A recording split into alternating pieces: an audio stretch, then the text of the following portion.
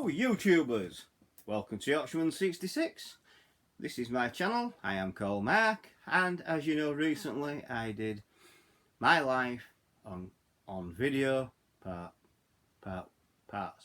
2-part series. As you all know, that's a good response to that, and I would like to thank all the new subscribers who have subscribed and yeah, just like to thank every one of you who have subscribed. I reached my goal of 200 subscribers. I will do a subscriber special. I've always said that I will do it. It's as simple as that. Deliver what you mean, and that's what I do. I don't put clickbait, I don't do clickbait or all like that. What I put as the title of this is exactly what it says it is. This one is to fill in the gaps. There were a lot of gaps and a lot of what I did miss out in the younger years when I was a child. Well, basically because you've got a lot to try and condense down, and that's what I did. So really, my happy, I mean, it was Kevin who asked me, what was the happiest of my life in the 1970s? Yeah, this is what I was asked. And well, my happiest thoughts and the happiest time in the 1970s were 1976, the summer of 1976, where we had some from June right up to September, 66 days I think of pure hot, red hot summer, and I enjoyed it. I don't think that, I think that record's been broken recently over recent years, but we've had a cracking summer. I mean, that was a cracking summer. That will always be imprinted on my mind. It was cracking. The other the most disappointing what I thought about the 70s was all the political striking. What we had with strike. It's as simple as that. And that was pretty. And like I said, there was a lot of firsts as well. So so I'll start with this. I did see, as a little child in 1979, Margaret Thatcher become the first woman Prime Minister, which I did see, and that. What else was first? Oh, I saw the first mobile phone. What came out? Remember the great big brick? You might as well had a brick or half a Charlie. Hello, because they were that big. Yeah, so I saw phones go from what I would say big brick phones to something like this, and to something like that. You know what I mean? I mean, this is a smartphone. I mean, if someone told me back in the day when the first, back in, in the day that first mobile phone, you will be using your phone to go on the internet, you'd have called people a liar. From where I saw that to where we are now is unbelievable. So yeah, I saw the first. I mean, I saw that wave. 1981, I saw FM Citizens Band radio become legal in this country, where we could use. That's a first as well. I saw first console back in the 70s. Everyone remembers Pong, don't you? A little bit boom, boom, boom. I never had one when I was a kid. Friends of mine had them and played on boom, boom, boom. A little dot. What? I mean, honestly, I know it's laughable now, but that little dot, bat and ball, or what you call, bat and ball, isn't it? Boom, boom. That little dot going backwards and forwards gives hours and hours of pleasure. To get top scored and that. It was unbelievable. I saw Space Invaders come out. I saw first wave of them arcade games come out. Space Invaders. So all that. And they were equal first. And I saw when I was leaving school, I saw the first wave of computers going into schools as well. So you've gone from computers what can fill an entire room to computers what you've got more or less today, PCs and things like that. I saw that first wave. I mean, saw all that. 1984, where again it's stand out. I saw home computers come out back in that particular day. I saw the Sega Master Systems come out to give you arcade games in your room. Never had a Master System. I had a Mega Drive, and I saw them come out as well. I mean, there's been a lot of firsts. What we have seen and what I have witnessed come out, and I've seen a lot of firsts what have failed as well, what are not around anymore because they didn't make the cut, sort of thing. But yeah, there were a lot of gaps. I didn't mention my religion because every time I do, people they do belittle me over it. But my religion, I was christened at St Mary's Church in Aubrey. Like I said, I was brought up in Wakefield, but I was born in Aubrey, brought up in Wakefield. But I was christened at St Mary's Church, Aubrey. My dad wanted me to be christened as a Christian. My mum didn't. No, my mum wanted me to be named as a spiritualist because she's a spiritualist and things like that.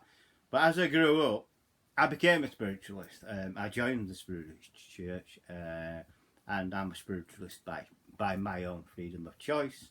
A lot of people say, well, you can't be a spiritualist unless you're a Christian. Well, that's wrong, because even if you're not baptised, you can become a spiritualist.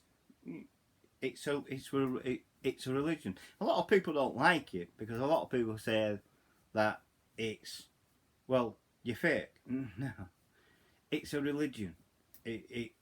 I was brought up on that side of things. I mean, I've been going to spiritualist church since I was 5-6 years old, and I've been brought up with it. My mum was a clairvoyant. She was a spiritualist medium. She used to do the church scene and things like that. And she used to, people used to come to her for a reading, not on stupid cards. And I'm talking a proper reading. Not on stupid tarot cards, because I'll tell you now, you don't need to be clairvoyant to use tarot cards. And if you think you do, think again, because every time you buy a pack of tarot cards, it's got instructions on how to use them. So there's no special about them. It's just how you read your subject. It's all about your body language and how you read the cards as well, things like that. So forget that. Forget Ouija boards. You know what I mean? Because if you're messing with Ouija boards and you do open something up bad, then it's on you. So all that goes out. But yes, getting to the finer details of it, my religion, as I stand right now, I'm a spiritualist. I believe, that's why I'm laid back. I don't like what the Church of England stand for. I definitely don't believe in a man in the sky. Definitely not. I know that's pie in the sky sort of thing, but no, I don't believe that there's a man in the sky at all. I do believe that there is some kind of afterlife, because, like I say, I am a paranormal. I do investigate the paranormal and things like that. So there you go. So I was brought up with my parents and my mum, and she was a medium, clairvoyant, simple as. She used to give people readings and things like that. She would never do family, obviously not. I don't blame her, because she didn't want to know when a son or a husband's going to die. Unfortunately, my mum died when she was I say young, and I mean very young. But yeah, so that's my religion. I was christened as a Christian, but I rejected Church of England, and I'm a spiritualist. And I've been accepted by Spiritualist Church for all these years. Even my 2 children, they were named in Spiritualist Church and things like that. So there you go. Pardon me. So there you go. So that's why I missed that out, because every time I mention my religion, I get belittled. I get people take it me. But I take it serious, actually. I am a spiritualist. You either get over it or you don't. Well, that's it. But I am a spiritualist, and I believe in some kind of afterlife. There is paranormal activity what goes around out there, and I investigate it. And if I can't prove it, I debunk it as well. I can debunk people as being fraud. You know when someone's been fraudulent. It's as simple as that. Well, I know. I don't know if I'm cursed or blessed, but I know within seconds of meeting someone if I can trust or not trust them. I don't always use that power. I should do, but I don't. But I get that kind of feeling. You know, can I trust this person? Yeah, I can. You know what I mean? There is a lot of people what I can, but again, there'll be a majority of people what I can't. I look at them and think, nah. You know what I mean? You know what I mean? A red flag goes up in the air.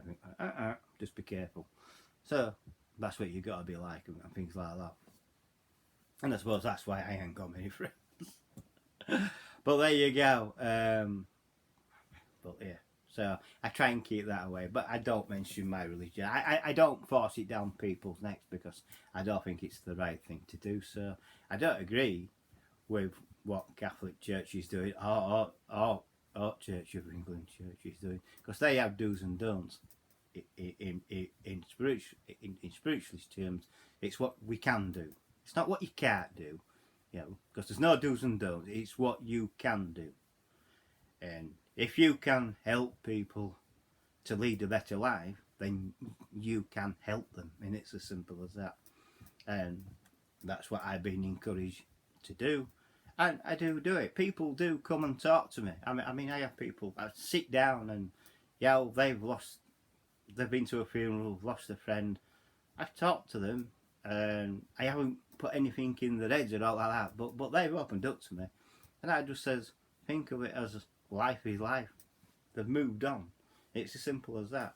My mum, when she died, yeah, I grieved. I still to this day miss my mum. But my mum's gone from this, you know, gone from her body because people don't like to really admit to this, but there is a spirit. When you die, your body dies, but the soul, soul rises. This is what I believe. The soul rises, and then up into this what we call the spirit world. It's not ghost, it's spirit. Grown-ups use spirit world into the spirit world, and hopefully, as time goes on, you may or may not get reborn. It's as simple as that, and that's what I believe in. If I can help or soothe someone or help them through a loss, then I will. It's my duty to do so. It's as simple as that. I like helping people. It's as simple as that. So that's that over and done with. So you're either going to hate me or you're not. But yeah, so now you know my religion, spiritualist. It's as simple as that. Other things, what? Well, I don't know. I haven't told you everything because there is some things what I want to keep private in my life as private. So there ain't a lot of things. My ex-wife, my first ex-wife, yeah, she used to beat me up, and I retaliated. I'm not proud of the fact, but I retaliated to save my life. I mean, she stabbed me. I mean, how far was she gonna really go? She stabbed me, so I literally defended myself. The police didn't see it that way, neither did the court. But she thought she'd won, and she hadn't. The charges, all charges against me got dropped, and she got done for wasting police time. It's as simple as that. My second ex-wife, well, she left me because she didn't really love me, and that's what she said. But even though she still married me and had 2 kids to me, so yeah, I mean, yeah, if she thought it was a waste of time, why do that? Yeah, I mean, so you know what I mean. So do I regret losing? No, not to what I've seen her become now. After when she left me, she kept her figure, but after when she left me, she's become a bitter person. She's become a nasty piece of work. So no, I don't regret losing her. I don't regret anything. I don't regret any relationship what I've had ended, because I know it's not. It ain't ended because it's my fault. It's ended because they didn't really want me, and they won't admit to that. You know, to this day, I get all the blame for every relationship breakup. Well, hang on a minute. I tried to keep it together, and I've done that all the way through. So no, it's not my fault. So no, I don't regret. I don't have any regrets in life. The only regret in life is that I lost my mum and I can't spend time with her. I mean, like I said, my mum died. As far as I'm at an early age, she died. She died May 1997, and she was only 59-years old.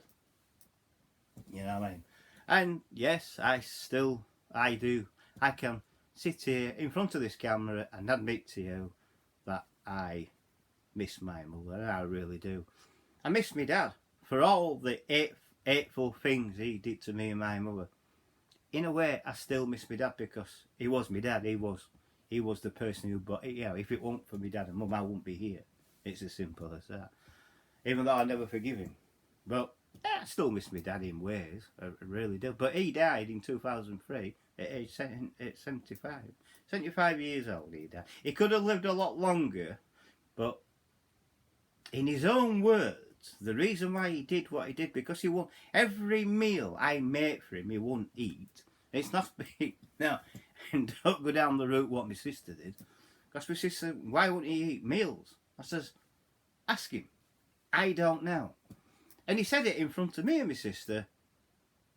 I want to die. So, there goes my big question. Do we know when we're dying? And the answer is yes. This is the answer I give everyone. Everyone asks me that question. How will we know when we're ready to die? Because you will. My dad did. My dad flatly refused to eat. He said, no, I don't want no to eat. And he told me in front of my sister the reason why he was starving himself. Because he wanted to die. He had enough. He was in too much pain and he wanted to go. So, the question is, do we know? Yes, we do know. Right at the end, we know when we are going to go. Because we make preparations. And we do. I've seen it in many people. I've seen it in one of the friends who me and Kev lost an amateur radio with Silent Key. Now Stuart kept saying to me and Kevin, and we laughed it off because we didn't want really to accept what he was saying, but he kept saying he was dying. You know, I won't be here for Christmas. Well, he wasn't there for Christmas because he did die. And Kevin says he knew, didn't he? I said, yes, he did know. And I says, no matter what anyone tells you, oh no, you don't know. Yes, he did know. He knew his time on this planet were coming to an end. And it comes to us all. But it's nothing to be scared of. You know, people, we know we're going to die. That is the bit what doesn't scare us. What scares us about dying is how we're going to die. Are we going to die naturally in our sleep, which I hope I do? Or are we going to have pain, heart attack? Or are we going to be run over by a great big truck or bus? No one knows. You can go out there tomorrow and get run over. Forget COVID-19. You can go out there. I could go out there right now with this tablet doing a blog, and I could get run over by a motorbike or even a cyclist and still die. You know what I mean? And people may laugh at that, but it's true. So the answer to the question is, do we know when we're dying? Yes, we do. We do know. We do. And we seem to get better before we do die as well. I'll tell you that. Because my dad did say, when I last visited him in St James's, he said, oh, I feel better. I think I'll be coming home. And then, lights out. He died. He died 2 days after.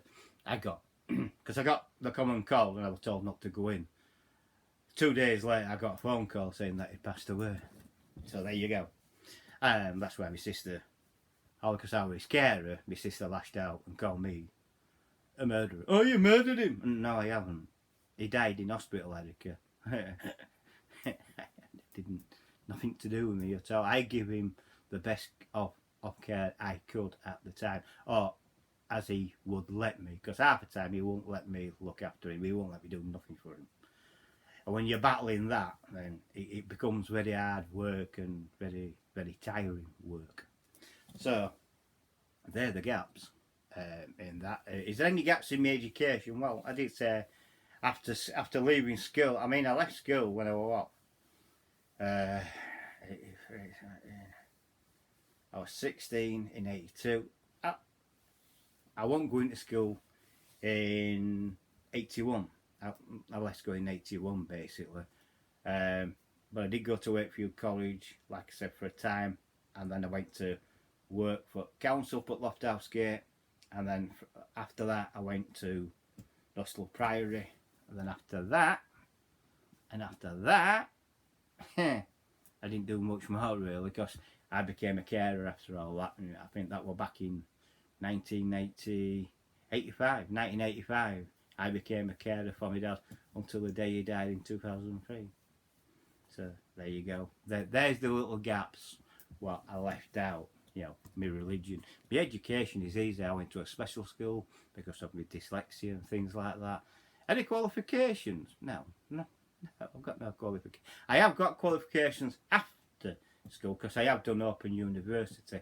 And what I will say is in 2000 and I think it was 2004 and 5, I was doing an Open University course on psychology to become, hopefully, a psychologist or even a counsellor. You know, I could use that to bounce and become a counsellor or a psychologist.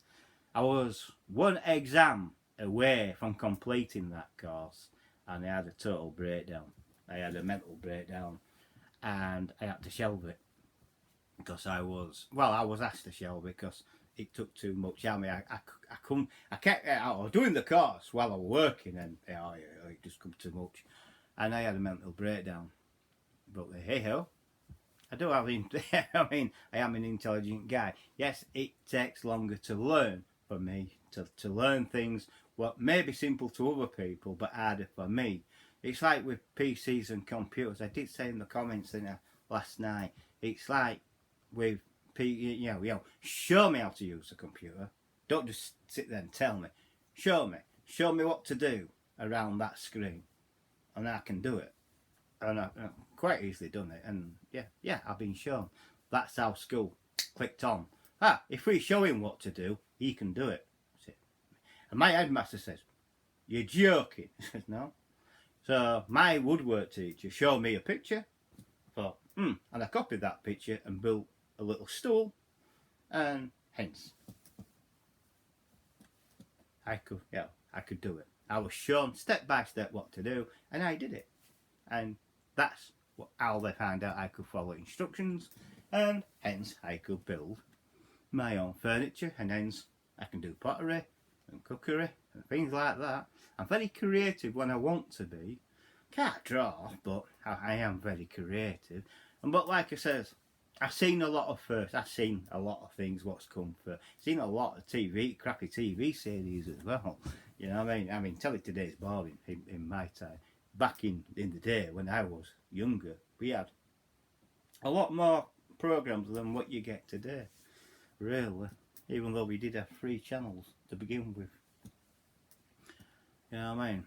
And that's when I came into it. We did have BBC 1, 2 and ITV. We didn't get Channel 4 until later on in my childhood, so there you go. And the first programme what was on Channel 4 was Countdown, because my mum watched it. Oh God, Countdown. You know what I mean? Yeah, we saw a lot of firsts. So there you go. I saw the first mobile phone. I saw the first PC. Computers going into schools.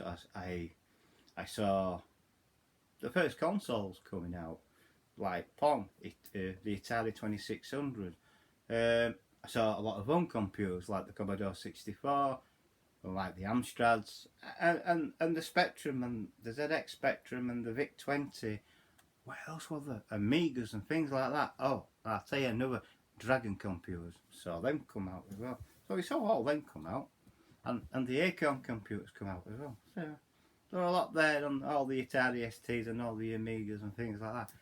I saw all that come out, and then I saw Master System come out. I saw the Mega Drive come out. So I sort of first saw the starting of the consoles, which bled into from on computing. I don't know why they suddenly stopped making them. I don't understand it, but they did. Sega come out with Master System, Mega Drive and things like that in this country, and then it went Sega, Mega CD. They should never have made. They should have stuck with gone with from Mega Drive to Saturn to Dreamcast. and that I still say the Dreamcast is a better one. Well, I say the Dreamcast is a better machine than the than the original PlayStation. But people argue it that Sony knew the polygons better, which I agree. It does. It is a far superior machine, but I prefer the Dreamcast. It looked futuristic. It looked great, and it was the first console what could go online as well. So there you go. I mean, so there you go. So a lot of first I've seen, and then I've seen it what it's morphed into now. And if you quickly go from back then to what we have now, it's absolutely amazing how technology has moved on very quickly, and it really has. And I'll give you a heads up as well. I think technology could be moving a lot quicker because the United Kingdom today, I've announced today, they've done a trade deal with Japan today worth 52 billion, and it's tariff free. There'll be no tariffs. It's a free trade deal, no tariffs, and it's worth 52 billion of our pounds basically. So I'm happy with that. I know people who won't be, and so do you. But it's good news, isn't it? Yeah, UK can trade with Japan after the transition period ends, which is the 31st of December this year. So it's all good news. So there you go. So there's the gaps what I filled in. I don't think there's any more gaps what I need to fill in. I just want, 18. Yeah, 18, 1984. I was 18. Yeah, that changed my life forever. Did that? 18. I could drink booze. I could do what I wanted within reason, and as long as I didn't break the law, you can do what you want. So that's it. So I'm going to leave it there. That'll be the end of that. There'll be no more talked about me. Apart from that, I will be doing a video next week on how I got started into gaming. Not how I started collecting, but that will be in there as well. But how I got how did I first get interest in it? Things like that, you know what I mean? So, yeah, I'll tell you the full story of how I become where I am today. On YouTube, talking to myself, talking to a camera, and ended up having a big audience. Thank you for watching. Please like, subscribe, share, and most important, please comment. If you like, subscribe and share, it helps me out a great deal. It gets the video out to other people who can see my content. And if you comment, I will comment below. Comment below. I will talk to you. I do, or I try to reply to every comment. And I think there is people on here who can tell you that I do that. So yes. So please like, subscribe, and share, and comment below. Thank you for watching. This is Yorkshire 66 signing off. Bye.